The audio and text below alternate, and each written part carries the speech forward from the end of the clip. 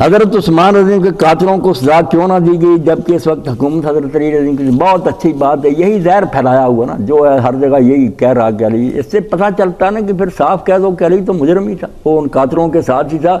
بات چھپاتے کیوں؟ اندر تمہارے جو خبث ہے اس کو ننگا کرو، پھر علی تمہارا کون سا خلیفہ اور وہ صحابی رسول کیا ہے جو قاتلوں کا ساتھی تھا؟ تو بات کیا تھی؟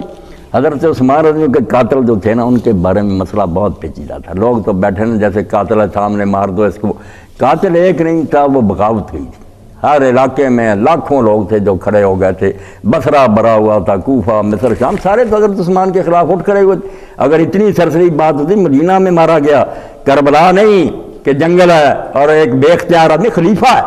40,000 فوج ہے اس کے پاس مدینہ میں انصار اور مہاجرین کی، یہ جو کہتے ہیں حضرت حسین حق پر ہوتے صحابی نہ اٹھتے، اس وقت تو 5-10 سے زندہ بوڑھے، جب 40,000 مدینہ میں تھے انہوں نے کیوں نہیں بچایا اور کیوں جنازے میں نہیں گئے؟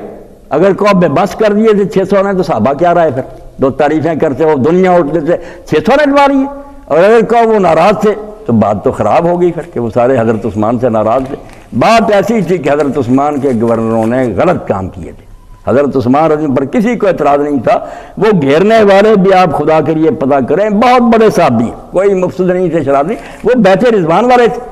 میں اگر حدیث کی کتابیں اور سیرت کی نہ دیکھتا اسی چکر میں پڑے رہتے کہ شرارتی آ گئے، شرارتی نہیں تھے۔ عبد الرحمن بن عدیس رضی اللہ تعالیٰ عنہ خود بیت رضوان میں شریک تھے، جو مصر کو اکٹھا کر کے لائے تھے، جنہوں نے ممبر سے حضرت عثمان رضی اللہ عنہ کو اتارا اور چھڑی توڑی تھی وہ حضرت جہدہ غفاری تھے، وہ بھی بیت رضوان میں شریک تھے، کوئی شرارتی نہیں تھے اور نہ ان کی کوئی بات غلط تھی، ساری امت ان کے ساتھ تھی، سبھی اسی صحابہ اور انصار نے کوئی مدد نہیں کی، وہ کہ بات ٹھیک کرتے کہ کیوں آپ نے حضرت ابوبکر عمر کے زمانے کے لوگ ہٹائے، یہ کیوں ٹھوکریں مسلط کیے ہیں؟ ولید بن عتبہ کو کر دیا کوفہ میں، صحیح مسلم دیکھے شراب میں نماز پڑھائی اور کہنے لگا اور پڑھنی، بے ہوش،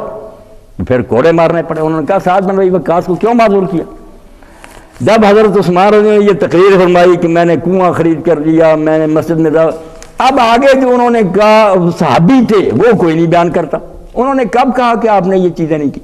جواب میں انہوں نے کہا ہم مانتے ہیں کہ یہ سب کچھ آپ نے کیا ہے، مگر اس کا یہ معنی تھوڑی تھا کہ آپ حکومت کا نظام ان ٹھوکروں کے حوالے کر دیں۔ وہ پرانے صحابی کیوں ہٹائے؟ صرف ایک بات پر وہ ہوتے تھے کہ وہی لگاؤ جو ابوبکر، نہ کوئی سبائی نہ کوئی شرارتی، کچھ نہیں تھا، اسی لیے لوگوں نے آپ کی مدد نہ کی۔ اور قاتل جو تھے جب بغاوت ہوتی نا بیٹا، اب شریعت میں 2 مسئلے ہیں، کہ باغی بغاوت کے زمانے میں قتل کر دے، مال لوٹ لے، برباد کر دے، بغاوت چھوڑ دینے کے بعد جب وہ سرنڈر کر دے اس کے خلاف کوئی کیس نہیں ہوتا۔ مگر اس مسئلے کو علی سمجھتا تھا، لوگوں کو کیا سمجھائے؟ لوگوں کو تو یہ قتل ہو گیا، قتل عام بندہ کرے کسی کو، میں آپ کو ماروں قصاص ہے، بغاوت ہو جائے، سارے صحابہ کا بغاوت کے دوران وہ لوگوں کے مال لوٹ لیں، انگنت لوگ مارے جائیں، یہ جیسے کافر حربی کلمہ پڑھ لے پچھلے سارے معاملے ختم۔ باغی نے جب بغاوت چھوڑ دی اور خلیفے کو تسلیم کر لیا، مقدمہ نہیں بن سکتا۔ یہ امام ابو حنیفہ رحمۃ اللہ علیہ کا فتویٰ علی اس پر تھے، اور امام شافعی کا کہ قصاص تو بنتا تھا مگر قصاص کو خلیفہ ملتوی کر سکتا، اگر قصاص لینے سے ہنگامہ اور بڑھتا ہو اور فساد بڑھتا، جیسے حضرت جریر نے جب آ کر کہا کہ حضرت معاویہ کہتے ہیں قاتل ہمارے حوالے کرو، تو آپ نے فرمایا قاتل اٹھ کھڑے ہو، جب 20,000 آدمی اٹھ کھڑا ہوا اور تلواریں لہرا دی، کیا ہو قصاص لو، آپ نے کہا لے لو قصاص جو لے سکتا۔ چلا اور زبیر حضرت عائشہ بصرے گئے اور وہاں لوگوں کو قتل کرنا شروع کیا۔ جب اصل قاتل آیا جو سرگنا تھا ذوالخویسرہ صحابی تھا، وہ بھی یہ ٹھنڈے ہو گئے، ان کا قبیلہ آ گیا مقابلے میں، کیا ہو قصاص لو، تو حضرت علی نے لکھا کیا وہ لو نا قصاص ہے، اٹھے جو تھے قصاص ذوالخویسرہ کو لو قصاص، اور اگر کہتے قبیلہ آ گیا تو میری طرف نہیں دیکھتے کہ پوری سلطنت باغی ہوئی ہوئی اور حضرت عثمان کے خلاف، کس سے میں قصاص ہوں؟ تو لوگ اگر صحیح حالات کو پڑھیں اور اماموں کی کتابیں اور فقہ بھی پتہ چلے کہ وہ سرسری معاملہ نہیں تھا، کوئی قتل ہو گیا قاتل سامنے تو دے دو ان کو قصاص کے لیے، وہ بغاوت ہوئی تھی۔ بغاوت کا قانون پہلے پڑھ لیں کہ باغیوں سے قصاص لیا جاتا،